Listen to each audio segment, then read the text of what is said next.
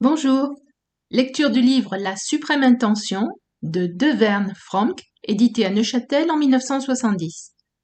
Aujourd'hui, je commence par quelques informations avant la lecture du premier chapitre.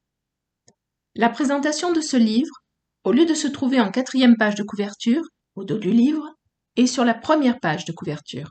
On y lit Devern Fromk éclaire d'un jour nouveau le christianisme évangélique en nous découvrant sa vraie dimension. Illustrant sa pensée par de nombreux dessins, sobrement évocateurs, il met en relief les grands principes qu'on discerne dans le gouvernement de Dieu, dont il dévoile la suprême intention. D'abord, le livre commence par un aparté.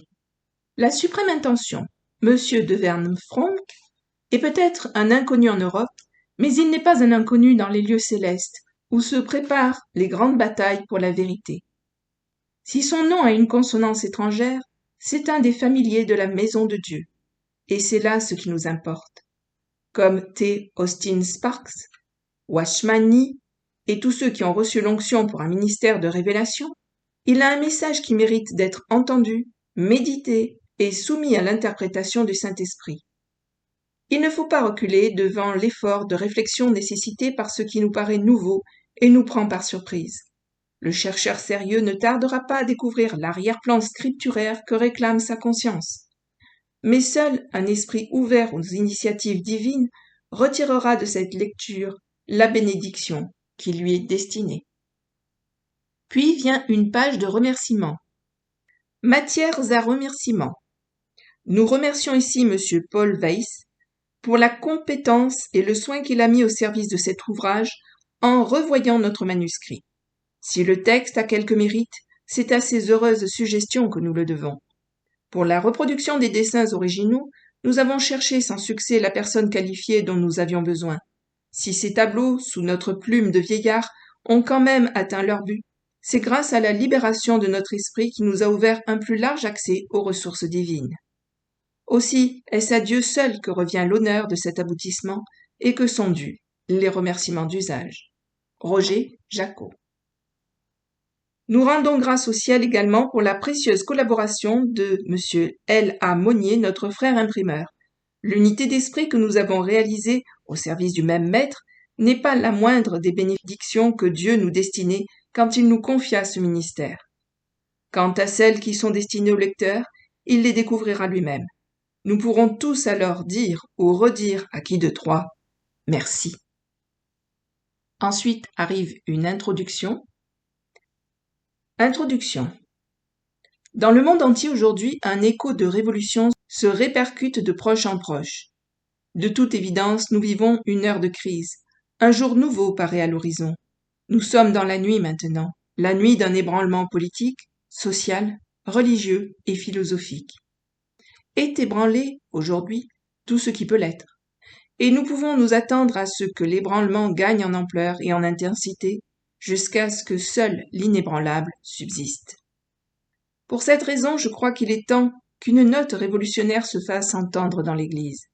Cette note, vous la reconnaîtrez dans ce livre, qui est une provocation à revoir quelques-uns des concepts fondamentaux qui ont cours actuellement dans les cercles évangéliques. Une observation attentive révélera qu'en matière d'évangélisation, notre ligne de conduite se fausse sur une position philosophique essentiellement égoïste. L'Église présente une offre qui consiste avant tout, pour l'individu, en l'espoir d'un gain et la crainte d'une perte. Ce que notre invitation a de fondamental, c'est que l'homme vienne à notre Église et en retire quelque chose pour lui-même. Nos rencontres plus sérieuses, nos conventions pour l'approfondissement de notre vie, se déroulent elles-mêmes en général à un niveau humain.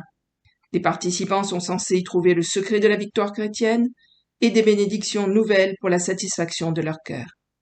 Il est devenu difficile à notre génération de comprendre la vraie signification du sacrifice. Une vie qui se donne jusqu'au reniement total d'elle-même passe pour visionnaire. Le rude autel paulinien, où le grand apôtre appelait les hommes à venir, à souffrir et à mourir, a été remplacé par une invitation à l'autel en passant par-dessus la souffrance. Nos autels du XXe siècle ont le confort de la peluche. On s'en approche pour recevoir et non pour donner. Ce livre projettera sur la parole de Dieu un éclat sans précédent. On y trouvera des clés qui peuvent ouvrir les portes de la vérité et procurer à la vie intérieure une divine transformation et une puissance inconnue. Qui peuvent, ai-je dit, mais je ne garantis pas une telle expérience. Dans n'importe quelle vie, la grande œuvre spirituelle est du ressort de Dieu. C'est sa prérogative souveraine de l'accomplir lui-même. H. J. Stanley, pasteur, Alliance chrétienne missionnaire, Akron, Ohio, USA. Enfin figure la préface. Préface. L'effort de ces pages est de présenter au lecteur une vue du dessein de Dieu plus large que celle qui est connue au sein de notre christianisme évangélique et de le lui faire apprécier dans une optique nouvelle. Sans rien noter à la primauté essentielle du Fils de Dieu, nous invitons le chrétien à remonter plus haut et à adopter une vision des choses centrée sur Dieu lui-même. S'il consent dans une question de méthode à se laisser révolutionner, il partagera bientôt le point de vue de Dieu et verra se dérouler devant lui un panorama tout nouveau de l'histoire humaine. Il se découvrira une destinée et le mot « responsabilité » prendra une résonance qu'il n'avait jamais eue. Loin d'être diminué ou effacé, Jésus-Christ sortira grandi de cette mise au point. Car c'est de lui qu'il s'agit, puisque c'est en sa faveur que se déploient, en dernière analyse, toutes les activités divines. Nous ne proposons pas aux hommes de venir à Dieu pour trouver le bonheur, pour être bénis ou pour être sauvés. Notre objectif est de les presser de se réveiller et de s'ajuster au but en vue duquel ils ont été créés. C'est un appel que nous adressons à l'homme de comprendre quelle est l'intention suprême, l'intention immuable de Dieu. La névrose caractéristique du temps où nous sommes, c'est le non-sens et le vide de nos existences.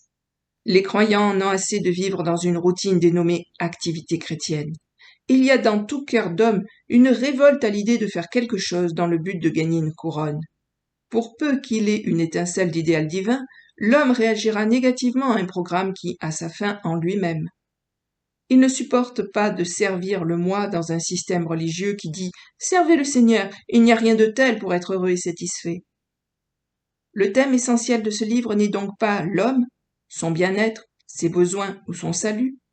C'est de lui révéler qui Dieu est pour que nous puissions comprendre ce qu'il désire et ce qu'il se propose d'obtenir pour lui-même et pour son univers.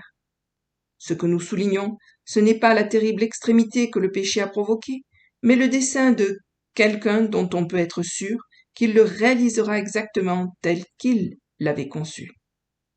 Le mobile auquel nous avons obéi, c'est d'amener les hommes à vraiment voir celui qui est digne de tout honneur, de toute gloire et de toute satisfaction. C'est alors seulement que nous verrons toutes les autres choses, dans leur juste perspective et sous leur aspect véritable. Sachant que c'est là notre besoin le plus profond, nous pouvons voir pourquoi Paul, en écrivant aux Corinthiens, dévoile le premier objectif que Dieu avait en vue en envoyant son Fils. Jésus-Christ nous a apporté de la part de Dieu une philosophie aussi bien qu'une justice, une pureté et une rédemption. 1 Corinthiens chapitre 1 verset 30 en traduction anglaise de F. Fenton. Par cette divine philosophie, les plus grandes questions, les plus grands problèmes de l'homme reçoivent leur réponse. En s'y conformant, il se trouve entièrement rectifié pour accomplir la volonté de Dieu.